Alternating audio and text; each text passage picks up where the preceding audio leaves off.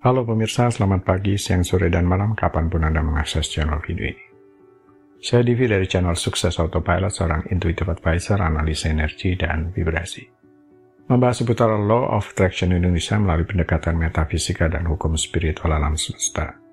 Dan untuk video Law of Attraction Indonesia ini terbagi menjadi beberapa bagian yang pemirsa bisa ikuti untuk mendapatkan gambaran atau materi yang utuh dan lengkap. Untuk itu, link-link video yang terkait sudah saya pasang di deskripsi di bawah ini. Baiklah, simak terus video yang sampai habis. Silakan subscribe buat yang belum dan jangan lupa nyalakan loncengnya agar mendapatkan informasi-informasi yang terbaru dari channel ini setiap minggunya. Pemirsa, kali ini kita akan membahas uang dihabiskan agar berkelimpahan, asal dilakukan sesuai ini. Apa yang bisa Anda pelajari dengan memiliki kebiasaan menyimpan selembar Rp100.000 di dompet atau tas, dan tidak akan menggunakannya atau membelanjakannya secara fisik dengan alasan apapun? Perasaan selalu ada uang, karena Anda tidak akan membiarkan dompet sama sekali kosong. Jadi setiap kali melihat isi dompet selalu ada uang di sana, karena Anda tetap mempertahankannya. Ada rasa aman, karena ternyata selalu ada uang. Saat Anda melewati tempat penjualan makanan dan Anda tahu uang Rp100.000 itu akan lebih dari cukup untuk membelinya, Anda mengatakan ke diri sendiri, saya mampu membelinya jika saya mau. Kemudian ketika Anda melihat barang-barang di minimarket, lalu Anda mengatakan ke diri sendiri, saya mampu membelinya jika saya mau, dan seterusnya. Untuk benda-benda yang senilai Rp100.000. Anda di sini pada dasarnya melakukan apa yang disebut dengan belanja secara mental, yang akan menimbulkan rasa mampu dan berdaya secara finansial. Perasaan aman karena selalu ada uang dan rasa mampu, berdaya secara finansial menciptakan feels good, dan ini adalah vibrasi yang positif.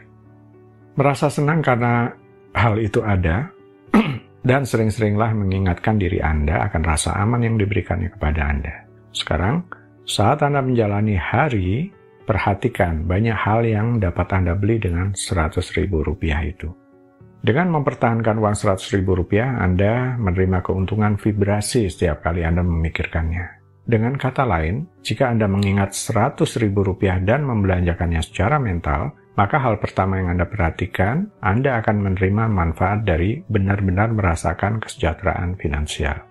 Anda harus merasa berkelimpahan, atau cara yang lebih jelas untuk mengatakannya adalah bahwa perasaan kekurangan apapun menyebabkan penolakan yang tidak memungkinkan terjadinya kelimpahan. Tetapi bagaimana dengan kegiatan belanja yang nyata, belanja secara fisik? Apakah hal tersebut juga bisa membangun rasa berkelimpahan? Dihabiskan agar berkelimpahan. Dalam kehidupan nyata, katakanlah Anda mengunjungi hypermarket yang cukup besar. Saat Anda memasuki hypermarket, mungkin Anda merasa baik, feels good.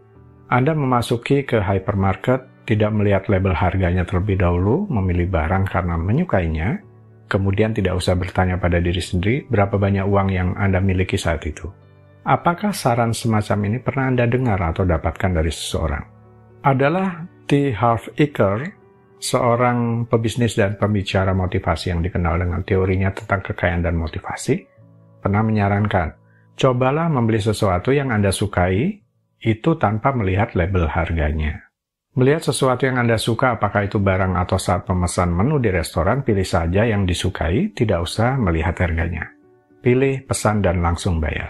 Ini adalah salah satu tindakan yang bisa dilakukan untuk memberi sinyal kepada pikiran bawah sadar bahwa Anda punya banyak uang dan harga bukan masalah.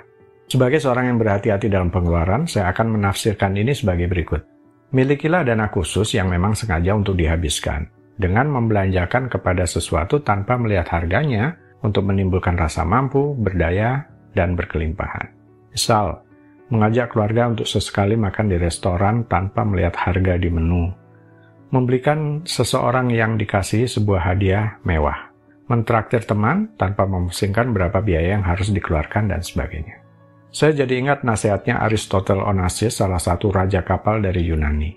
Jika kamu tidak mampu menginap di hotel mewah, paling tidak kamu bisa berada di lobi atau restoran mewah hotel itu, walaupun hanya memesan secangkir kopi.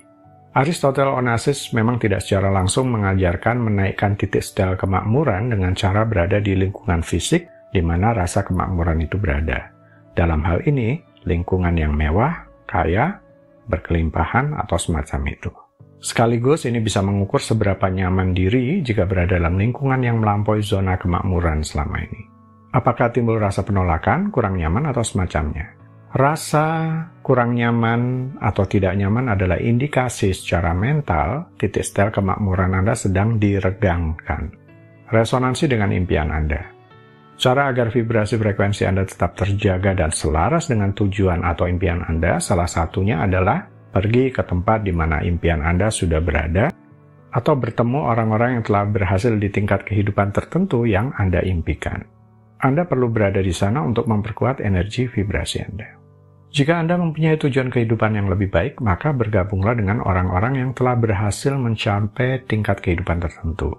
Jika Anda mendambakan hubungan yang bahagia dan awet dengan pasangan, maka bergabunglah dengan orang-orang dengan pasangan-pasangan yang memiliki kehidupan yang harmonis. Anda perlu berada di tempat dan orang yang tepat untuk mendukung vibrasi Anda. Seandainya Anda berniat memiliki pekerjaan atau keahlian tertentu seperti dokter atau teknisi atau jenis pekerjaan tertentu, maka bergaullah dengan orang-orang yang sudah melakukan pekerjaan tersebut. Bergaullah dengan mereka yang sudah mencapai cita-cita Anda. Melalui cara ini, vibrasi frekuensi yang Anda pancarkan akan menuju ke arah yang diinginkan, meningkat, dan kemudian Anda akan terbuka terhadap pengalaman baru yang belum Anda kenal sebelumnya.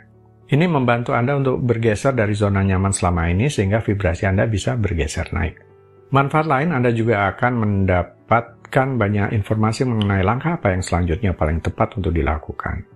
Anda akan mendapatkan petunjuk yang menuntun Anda lebih jauh. Anda akan bertemu dengan orang-orang yang menguatkan diri Anda dalam mencapai tujuan.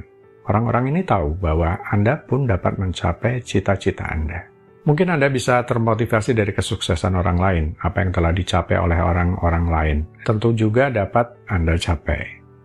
Terutama orang yang telah berhasil meraih kesuksesan itu memahami cita-cita Anda karena mereka pun pernah di posisi Anda sebelumnya. Jika Anda memiliki impian tentang rumah tinggal di suatu lingkungan tertentu, berjalan-jalanlah di daerah tersebut. Kunjungi mal, tempat perbelanjaan atau tempat makannya, berjalan-jalanlah di taman yang ada di sana, nikmati suasananya, dan rasakan energi yang ada di sekitarnya. Penuhi diri Anda dengan energi dan vibrasi baru itu, bayangkan betapa bahagianya Anda jika bisa tinggal di sana.